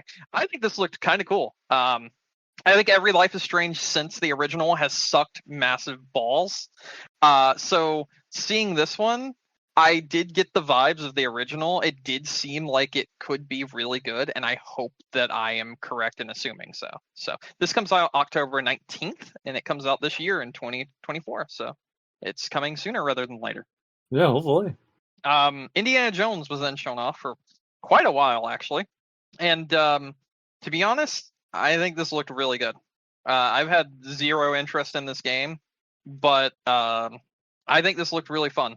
It looked very interesting the way it was done in first person, and all the. The characters seemed really good, in my opinion. Yeah, it looks really nice. I was just No, watching the trailer. there was no official release date, but we did get that it would be releasing this year. So we'll probably find out more about it as it gets closer. We were then shown Mecha Break, which is a game coming out in August, which seems to be like a fast-paced PvP mech fighting game. Thought this looked really cool. Wu Chang Fallen Feathers was then shown afterwards, which is another Souls-like taking place. I mean, I don't know. These just keep coming out of nowhere. It's another Souls-like, and I think it looks pretty good. So that's all. Yeah. Avowed was then shown off afterwards. Again, coming in 2024, but no actual release date. I think Avowed looks good. I don't really have much else to say about it other than looks good. It looks good. Adamfall looks like our response to fuck it, I'll make BioShock myself. I can see that. I'm watching the trailer for that one right now. Looks really interesting. Yep. It definitely has like Fallout BioShock vibes. Looks really cool. We then saw our first bit of Assassin's Creed Shadows gameplay, and honestly, this shit looked really good. Like really good. Oh, you're buying the drinking the Ubisoft Kool-Aid? I am not drinking the Ubisoft Kool-Aid, but here's the thing. And when I was watching this trailer, I was like, is this Assassin's Creed? This can't be Assassin's Creed. This looks good. So that was the thought that actually went through my head. And then when it was like, it's Assassin's Creed, I was like, huh, I'm going to keep an eye on that. I'm going to see if it actually does end up being good, or if they're really good at dressing this up and making it look good. Because like the juxtaposition between the two characters, the style, actually being able to like throw kunai and knock out like lights, and then be a stealth assassin, it's similar to something like Tenchu or like Splinter Cell. It was pretty fucking cool. It was all things that we were showing off in the gameplay trailer, and I was like, okay, I see what you're doing here. This doesn't look like an Assassin's Creed game, so I'm interested. Hey, then awesome. we were shown off my most looked forward to game of the year. I'm very excited for this game. It's called Stalker 2: Heart of Chernobyl. It is a sequel to Stalker. I've been looking forward to this game for like 6 years. I know I know. I keep talking about it, and we got to see more from it this time. We got to see like the non-linear story elements in this trailer, and we got to see the actual like gameplay and world building. It still looks so fucking good. I'm so excited for this game. I really, really hope it is good. It is as good as it looks. So, if you don't know a lot about Stalker, you play as a person inside the Jesus Christ, what the fuck do they call it? I don't know. Could be anything. No, hold on. Jesus Christ. Anyway, you're inside of like God. What the zone? The zone. God, why? It's so simple. Why couldn't I remember that? Okay, yeah, you play like inside the zone. The zone is essentially like a very irradiated area where a bunch of people are attempting to survive, and a lot of anomalies have come about because of it. So like you've got all these like supernatural like things that that are happening because of all the radiation and whatnot. You also have like all these mutants and stuff, and it's got like Fallout vibes, but it also has like elements where like you're fighting against normal people, or you're fighting against mutants, or you're fighting against like fucking the world itself, like fire tornadoes and shit. And then sometimes there'll be like electromagnetic fields that'll just absolutely fry you if you're not careful. So you have to be like very careful when you're trying to explore in the zone. And like the way you do that is throw things around like pieces of metal, so like you could set off these fields, so you know like, okay, now that's been set off, now I can go through this path and whatnot. It's very heavy on world building and exploration, and these games are like super fucking cool. They were very jank back in the day in the early 2000s when they released it. I think between 2005 and 2011 or whatever is when they came out. May have been 2007, but it doesn't matter. Either way, yeah, these games are really fucking cool. They are very different from any of those other open world kind of games, and it does look like it's keeping that same vibe with Stalker 2. And I'm very excited. And I'm very happy that we do have a release date. It's coming to Game Pass, so I'll be playing that day one. But on top of all of that, like, I'm happy that this studio is finally able to get the game out, because God knows they've been through so much attempting to do so. So good for them that they can actually get out their project they've been working on for so long. Because I'm sure I've shared this with you before, but I mean, their studio literally got bombed multiple times, and thankfully no one was injured, but they've been through hell trying to make this game. Yeah, that's the things to send them back for sure. So yeah, so that's happened. But I mean, it looks really good, so I'm very excited to see it in the end. And then shown new Xbox consoles. So like, there's this like speckled Xbox Series X. There's a Xbox Series S with more storage, and then there's a all digital white Xbox Series X. And I mean, I guess new consoles. Okay, cool. Yeah. And then we saw one more thing, which was Gears of War E-Day, which I don't know if you've seen this one or the trailer or anything for this. Mm-hmm. Yeah, so this is a prequel and is the first day when the Locusts attack. So this is the first ever Gears of War canonically up until now, is what it will be. So yeah, we got to see characters that are dead from the main series, such as Dom, which was really fucking cool. We got to see Marcus Phoenix as like a younger guy who's like not as grizzled and hardened, getting the shit kicked out of him because he's not expecting what's going on and whatnot. It really had that old Gears of War feel, where there was a lot going on here and a lot of stuff happening at once, and you kind of felt like, oh my god, this is crazy. And I think it looks really fucking good. So I'm excited to see more of this whenever we do get to see more of it. Again, no release date, but yeah. That was the Xbox showcase, and I honestly think this was a really good fucking showcase. Yeah, honestly, it's a very good showing. This is really what Microsoft needed. It really is, They yeah. have been accumulating these studios for this whole generation, and they've had Yep. nothing to show for it. Yep. So it's about time that they're finally like, hey, we've been spending a lot of money, and here it is. And on top of it, too, the rumors today have been really strong, too, because Microsoft's been saying, like, hey, we're sitting out a lot of stuff. Like, also expect a good Gamescom show, too, which is pretty wild that they are so packed that they're like, we got more than even just this conference to fill. So it's good. That's crazy.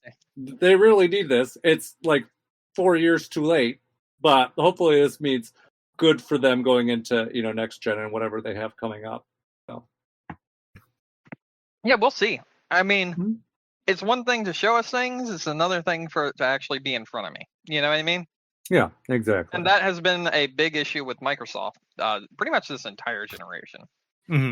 Oh yeah, they have shown us a lot. There's not been a lot for us to play. So yep, and it has been the issue for years at this point. Yeah, it's and like we were saying earlier in the show, it's like every time they have these conferences, it's always like, okay, next year. Like where it's like you've been buying all the stuff. Where's the payoff? You did hear me say quite a few things that like from this year were actually like, oh, these release like tomorrow. These release like next week. And I do think that that's pretty good. That a lot of those things, like that Flint game, which I didn't even mention, that actually releases in like 2 weeks. So like the is it Flintlock?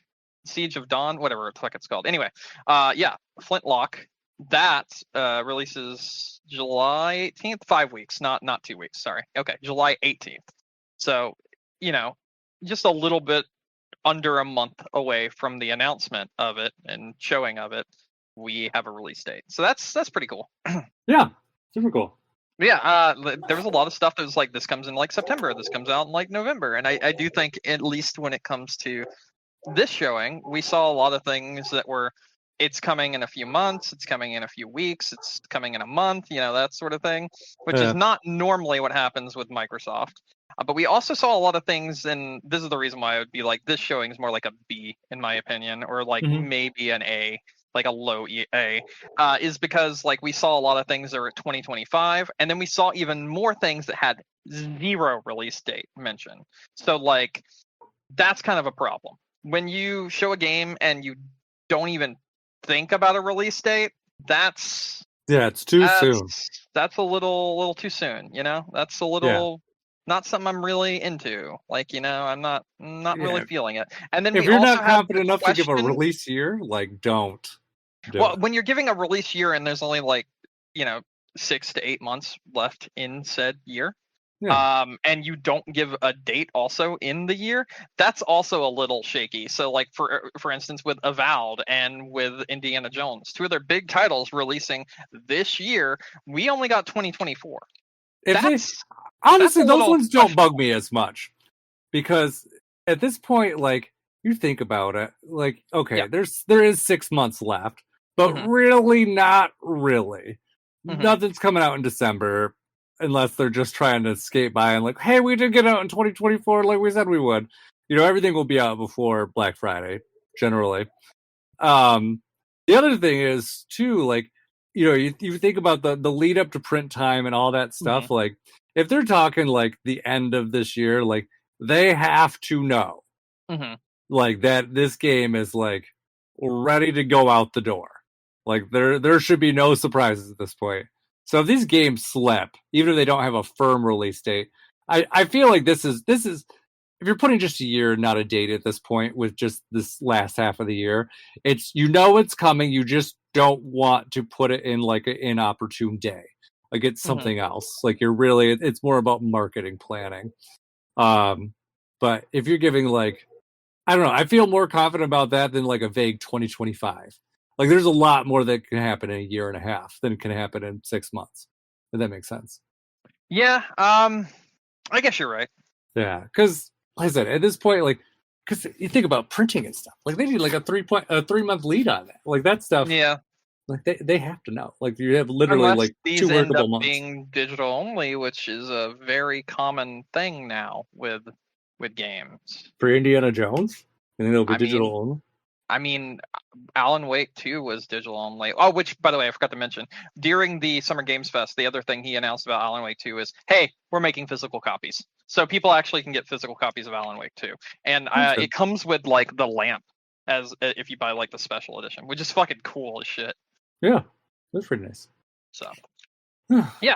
Yeah, I don't know, man. I do feel like the more leaning towards digital only thing is something that's happening a lot now. So I would not put it past them to, only release it digitally. Yeah, I mean it's possible. I mean Which Microsoft gives them hasn't more done time it to though. be like, we could take our time getting to the release date, if that makes any sense. Yeah, it could be. And it's possible too with them because I think all the new consoles they announced were digital only consoles. No, the Series X with like the speckle, like there's a speckle paint Series X that has like Oh two yeah, I can see the disc terabytes. slot here. There's a Yeah, disc slot in that one. That was like $600, so I don't think yeah. there's only like a limited amount of them. So Although why would they make a digital only Series X that's the exact same size as the regular one? Could they not Be, save that any space? so my guess is probably because of the fact that um you know you need the more powerful console and not just the Series S, which is really holding back things as we know now. Because, like for instance, Series S is part of the reason, at least that we've been told, for why. Oh God, why can't I think of it? Black Myth Wukong that I mentioned before, Oh yeah. that Mm-hmm. Souls-like that's running on Unreal Engine 5. They couldn't get Mm-hmm. it running on Series S, which, as you know, Series S has to be able to run the game, so it's actually been delayed for Xbox. It will not be releasing on Xbox at the same time as PC and PS5. And when you have things holding it back like that, if you release a digital only Series X at a lower end price point and you can get more people in on the Series X through that, then you could slowly phase out the Series S, and then you can actually have it so we'll no longer have to support the Series S. And that's what I feel like is where they're heading towards. I mean, I just like I said, I'm just surprised that they are making this digital only console, but they didn't make it any better looking. Yeah, I mean, there are huge fans for cooling the Series X. I know that because I've seen like multiple teardowns of it and whatnot, and people repairing them. So it might be because of the way the ventilation is built inside the system that it has to be that big to be able to cool all the cores and whatnot. Possible. I don't know. I don't either. I'm Yeah. just taking a guess Yeah. from what I've seen in the past. What else? I think, I mean, okay, other than some of the more niche Summer Games things, which I watched, such as the Cozy Gaming Show, which I think is probably one of the better showcases for Summer Games Fest, in my opinion. I don't really have much else to talk about game-wise. Like I said, if you have a PC and you have a Steam account, there's a lot of demos out there that you can check out, and I highly recommend that you do that. But yeah, I watched the PC game showcase, and there really wasn't much. There was an announcement of the release date of Fallen Aces. Like I said, Fallen Aces looks really fucking good. PC game showcase didn't have much. I watched the Devolver Digital, and for the first time, I think they actually had a dud. Devolver Digital's one was like really artsy this year, which Oh, really? it revolved around like, I'm guessing, an obsessed fan that kidnapped um the mascot of Devolver Digital and like had them locked up. But there was a lot of like really weird cuts where it was made to look like, I'm not really sure this man's like a psycho or what's going on, and like a lot of the stuff they showed off wasn't that great, or we had already heard about it. There was like one really standout title, which is the next game from the creator of Dead Cells, which is really weird. It is a action roguelike that's crossed with a city builder. Okay. And that Interesting. one looked really good. It seems like what you do is like you fight different forms of like the Yakuza essentially, and like as you take out more and more of them, you're able to like move in on their turf and then like build up city plans and stuff by taking over their turf after you take them out. It seemed really interesting and weird the way it was designed, but it's different. It's cool. So there's that. Yeah, that looked cool. Other than that, like we really didn't get a lot with any individual thing. Like I said, my favorite thing to watch is the Wholesome Direct, which has like more chill games, that sort of thing. Out of that, there were quite a few games over there that I'd recommend checking out. So if you can look through like the Wholesome Game Direct at some point in time, those are a lot more chill and laid back games that I would recommend looking into if you're not looking for like for instance that hidden object game that I told you about. I found that in the Wholesome Game Direct. Okay. There's like a game where you play as a tugboat that's designed to clean up like oil spills. Okay. That was kind of cool. Interesting. There is a game where you play as a refuge for frogs, where you like it's like a city builder, but you're like trying to also house like frogs and everything and take care of them. Really cool. That was neat. There is a card-based RPG where your cards are actually like your emotions and like your thoughts, and you share them with the quote unquote enemies to meet like a consensus and come together and solve like a problem. But it plays like a roguelike card game, and it's called Tracks of Thought, and it's really neat, and it has a really interesting concept and like gameplay variety. Yeah, these are just some of the things that I remember from it. It's a really cool game that plays like Papers, Please, if you've ever heard of that game. But instead of looking through people's papers and detaining them and whatnot, it's called Wax Heads. And you're looking through your individual customers and learning more about them and finding the best soundtrack for them because you work at a vinyl shop. So you find out like what they like based on their social media, based on what they tell you and whatnot. And then you pick out a musical album on vinyl to give them based off of it. So it's like investigation puzzle like kind of game, but instead of like any high stakes, you're just trying to pick a album out to like give someone essentially. Okay, that's cool. Yeah, and I like there's a lot of like the While Waiting game that I told you about and showed you. That game, it came from the Cozy Direct as well. Like there's a lot of really interesting indie titles that you'll find on that kind of direct. There's a cool game called Unbeatable that was announced. This was not on Cozy Direct. I believe this was on the PC Gaming Show. Unbeatable is a rhythm game that has like little. Okay, so you remember the game? Oh goodness. Let me see if I can remember the fucking rhythm game name. Rhythm Heaven. No. This was a very unique rhythm game. Oh my god, why can't I remember the name of it? Hold on. I got this. Sayonara Wild Hearts. You remember that game? Oh yeah. Okay, so it's unique like that, but you play a game where you are attempting to form a band and like spread music and joy and whatnot. But the world that you live in this game, music is illegal. So you're breaking the law and you're having to fight the police and all this other stuff to be able to get out your music to other people. And this game looked super interesting. It's been in development for a while. It was announced for 2025. I'm linking it to you just so you can see it.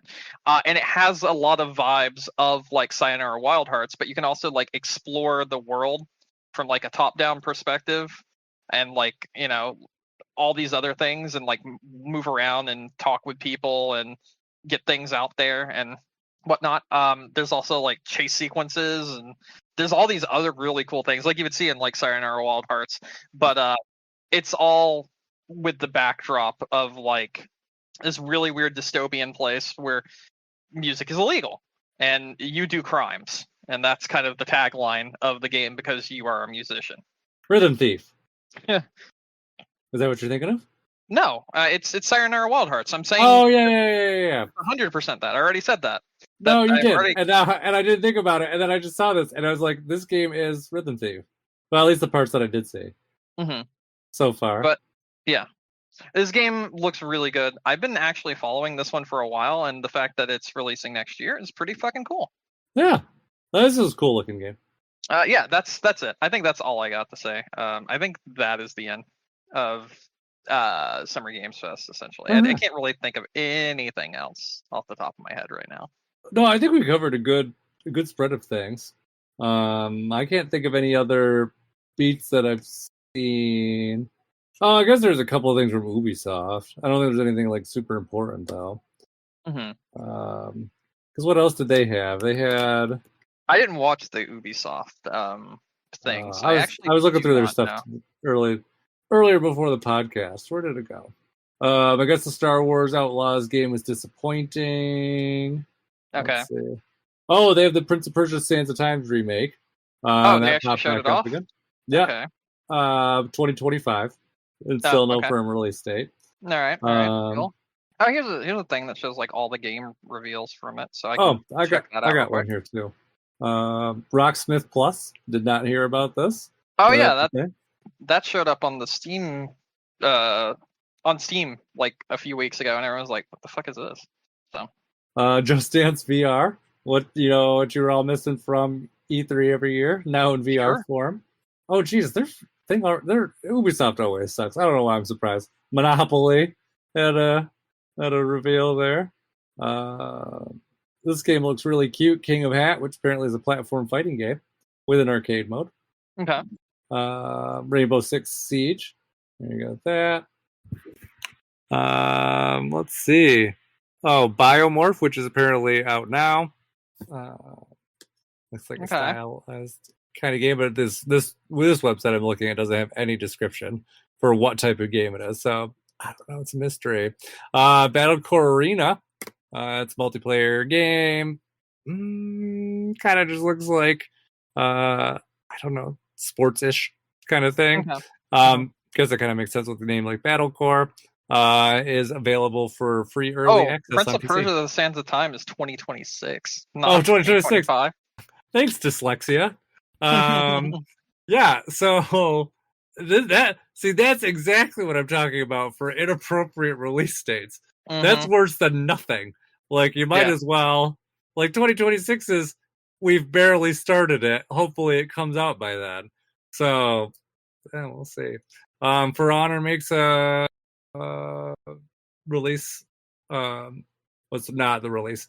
Makes another trailer for their season 2. So you got that. Assassin's Creed Mirage, which is out on iOS. So play that. The Division 2. Looks like that's another season trailer. Okay. So you got that. Then there's the Star Wars Outlaws. X Defiant. X Defiant's good. Game. It's a good game. So they got that. Another trailer for that. I don't know why Ubisoft does this. Like most of this shit is stuff we've already seen. This is why nobody watches them. Skull and Bones for about the billionth year makes an appearance at E3. Yeah, Skull and Bones literally just showed off the water. Like I'm like skimming through it right now. It's like there's nothing. Yeah, Ubisoft's. I don't like I said. Their presentations are just don't make any sense. Oh, a new Monopoly game is shown off. Hey, that's cool. Yeah. I found King of Hats. King of Hats is King of Hats literally just Smash Brothers? I don't know. It looks really fun though. It's like a bunch of different games combined together. That's fucking weird. Anyway. Yeah, most of the stuff is not worth talking about. What is it? Prince of Persia DLC was there. Oh, there's Biomorph. I found Biomorph. It's sure is a game, I guess. Avatar DLC. The Crew Motor Fest. Look at that. You can get. This? Oh, it's a new season trailer. Yeah. So I don't know. I don't care about any of these things. There's like nothing here. Yeah, it's typical Ubisoft. And like looking at the Star Wars stuff, it just kind of. Oh my god. Do I have to actually say this? It just looks like Uncharted. Oh, yeah. Of course it does. I mean, at least Ubisoft's trying new things. At least it doesn't look. I mean, they don't know. They don't usually try to copy Uncharted yet, right? They don't have an Uncharted clone to date. So, branching out into new territories for them. Like I'm skimming through literally everything, right? Mm-hmm. And there's like nothing interesting here. No, not at all. Not at all. Ooh, usually Ubisoft has like a gem in there. I'm guessing that's Assassin's Creed Shadows. Assassin's Creed takes up like 40 minutes of this thing. Like no As it joke. probably should, because everything else that we scrolled through here, aside from maybe the Prince of Persia stuff, not terribly exciting. This makes me even more disappointed that they couldn't bother to show off the I remake for think Beyond Prince Good of and Evil. Rogue looks really good actually. That's got like 20 seconds though. Prince of Rogue is Prince of Persia roguelike made by the Dead Cells devs. Oh, that's cool. Yeah, that's it. The Prince of Persia stuff looks cool. Oh, and I don't know why I looked at that name and couldn't figure out what type of game it was. Duh. It even says roguelite in it. Yeah. In the description. Yeah. Yeah. This is absolutely useless. There's no point to this. No. Was there an EA showcase also? Because I bet that's even worse. No, I think they finally resigned from doing those. Yeah, they gave up and they just showed the gameplay reveal of Dragon Age instead, which admittedly is worse. But yeah. And they also showed off their Madden cover person. Ooh. So yeah. Yeah, so lots of good news this week though. Regardless. Lots of good news. Ubisoft None of it came from Ubisoft and none of it came from EA. No, exactly. Not a single thing. I still think, honestly, out of all the stuff that we talked about today, I think the thing that's most interesting me is actually stuff I did not know I was already going to buy, like not counting stuff like Civ 7 or whatever. Yeah. But I really think that Doom Dark Ages is Doom Dark Ages, and I think Mixtape are like standouts, and Song of the South. Oh, I mean, Mixtape is. Why did I say Song of the South? Because fucking, I'm thinking Disney, right? That's what that was. South of Midnight. Oh, Brandon, subtle racism. Why don't you? It has South in the title. All right, I'm sorry. Shit, man. Bro, that is absolutely subtle racism, but I didn't mean to. I just had South in the title, and I was neither did Walt Disney.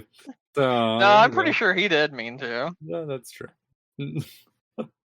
Touche. Fuck, man. Different Fuck, era. Man. That's funny.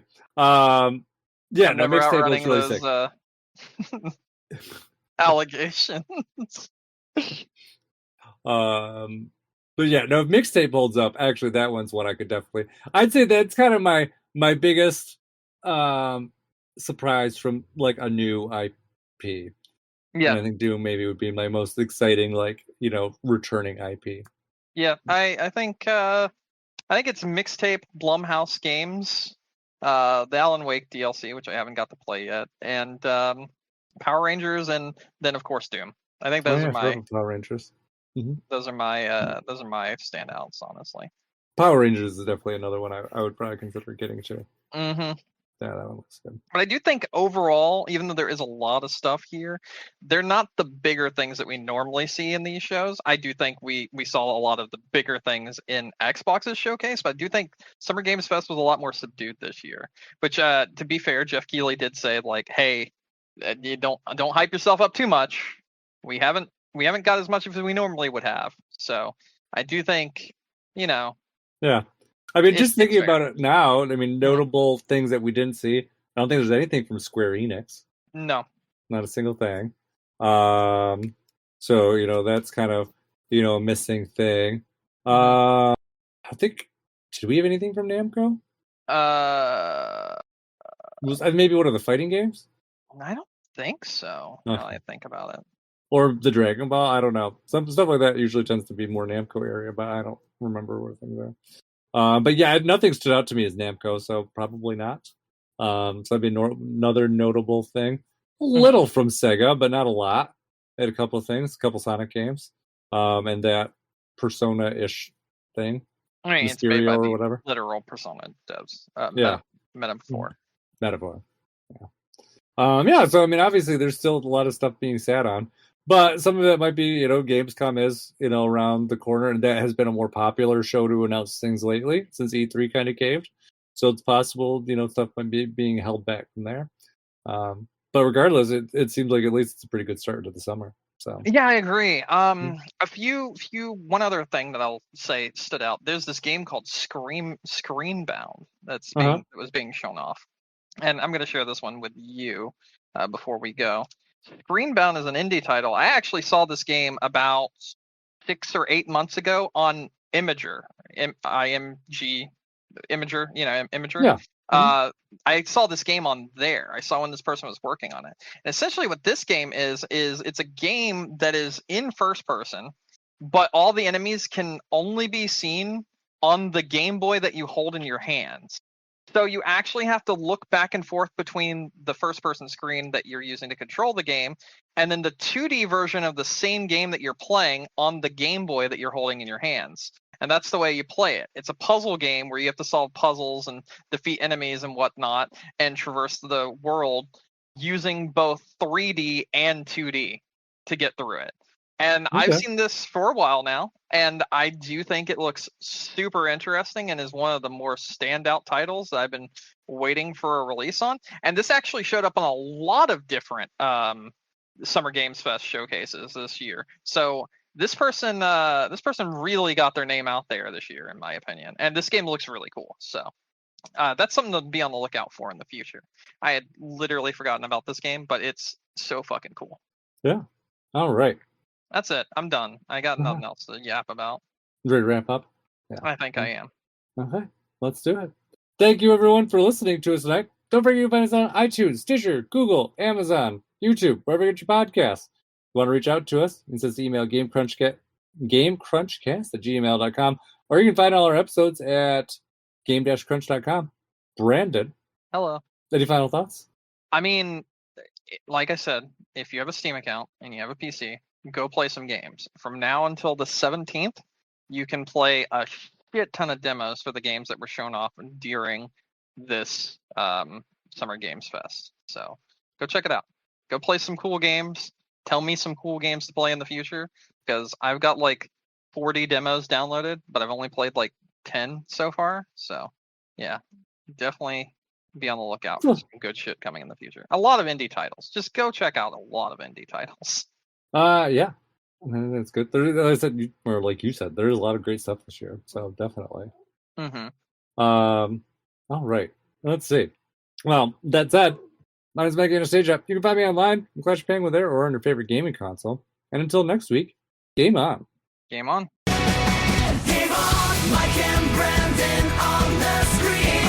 Diving deep in the pixel stream. Every level, every quest shines on. Got that power up, feeling blessed. Controllers up, hear the cheer. Blasting through the gaming sphere.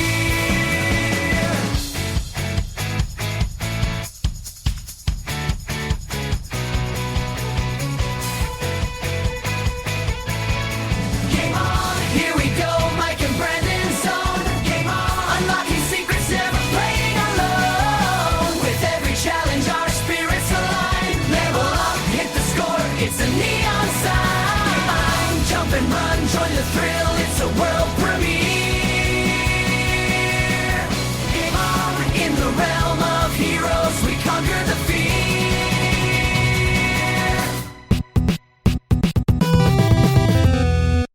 Well, yeah. Well, I mean, if you remember, we know there's definitely a direct this month because Nintendo's like, "Yep, we're doing one in June. Stay tuned." But it sounds like this morning that there was. So I guess the reason why people think it's going to be next Tuesday. Hey, I mean, Nintendo's traditionally always does Tuesdays or Thursday directs, anyways. You have that. The other thing is apparently there was a. Why am I blanking on the name? It's the thing. Oh, Among Us. Among Us. Yeah, had to be Among Us. Apparently, a trailer dropped on YouTube on accident for some sort of update that was talked about during Summer Games Fest. They only mentioned the TV show, I thought. Let me see. I'll pull it up. Hold on. Let me pull up the rumor so I can explain it better then. Because I'm just doing it from memory and I'm not familiar enough with the stuff that they were going over to be like, hey, this is why. Let's see. Which, by the way, that's going to take up most of today, like Summer Games Fest and everything announced and all that good There's jazz. a lot. Good news. I don't have a lot to talk about, so that's good. Did you watch any of them? Just choice trailers. I didn't watch like any of the actual things. I didn't realize the Ubisoft one was today. Question mark? Was that today or Yesterday. yesterday? Yesterday. Yeah, I was just looking at new stuff and I'm like, oh, didn't even realize that. And then I was like, oh, they didn't even talk about Beyond Good and Evil, that because they did that 20th anniversary edition that was rated by the ESRB like the middle of last year and accidentally leaked in like the fall, and somehow they just didn't talk about it at all. I don't know. Okay, so apparently there was an Among Us update revealed during Summer Games Fest.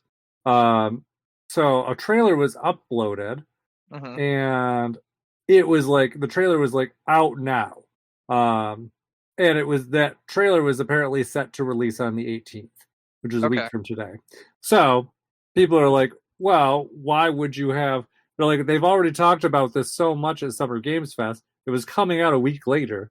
Why wouldn't they just talk about it at that time when it was getting all this coverage? And so the speculation is now they think it's like a Nintendo Direct Shadow Drop. So, because I guess I do vaguely remember Nintendo announced something Among Us before. So, but yeah, because they were like, well, why would they? Like I said, they'd be like, well, why would they have this trailer being like out now a week later if they already spent so much time talking about it at Summer Games Fest? So, and they're like the only reason that taken down too. Yeah, it was taken down immediately. And people's speculation, it makes sense. Like the only reason it makes sense to do this is if you plan on announcing that it's shadow dropping in something bigger than where this was already talked about.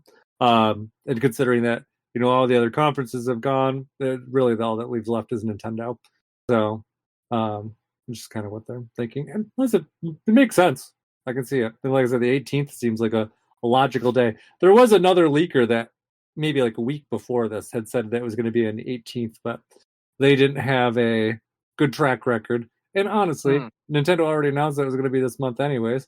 So, you know, you have like basically a 10% chance of getting it right. So, yeah. No matter which Tuesday or Thursday you pick. So, yeah, it'll be interesting. So, yeah, so that's where that comes from. So. Also, other thing about the Direct, since we probably won't talk about it in the episode, too, but also if Nintendo has any legitimacy between Metroid Prime 4, seems like this would be the last opportunity to showcase it for the Switch.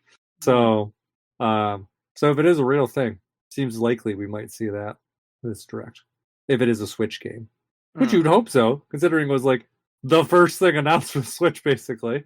So yeah, but it's gotten restarted like 3 times at this point now, hasn't it? No, I don't. That's not a lie. Although I think it's only been officially restarted like once, like back down to scratch or whatever. But you know, if they were going to go back through and be like, hey, you know, we said this was coming for the Switch and we're following through on it, that it has to come through this time, pretty much. So, but although I also could see it being like a hybrid thing of some sort, or some sort of like pay to upgrade thing. Because it seems very likely that they're going to do that with maybe Breath of the Wild anyways as well. Yeah, they probably need to. Yeah. So, anyways, you ready to get started? Yeah.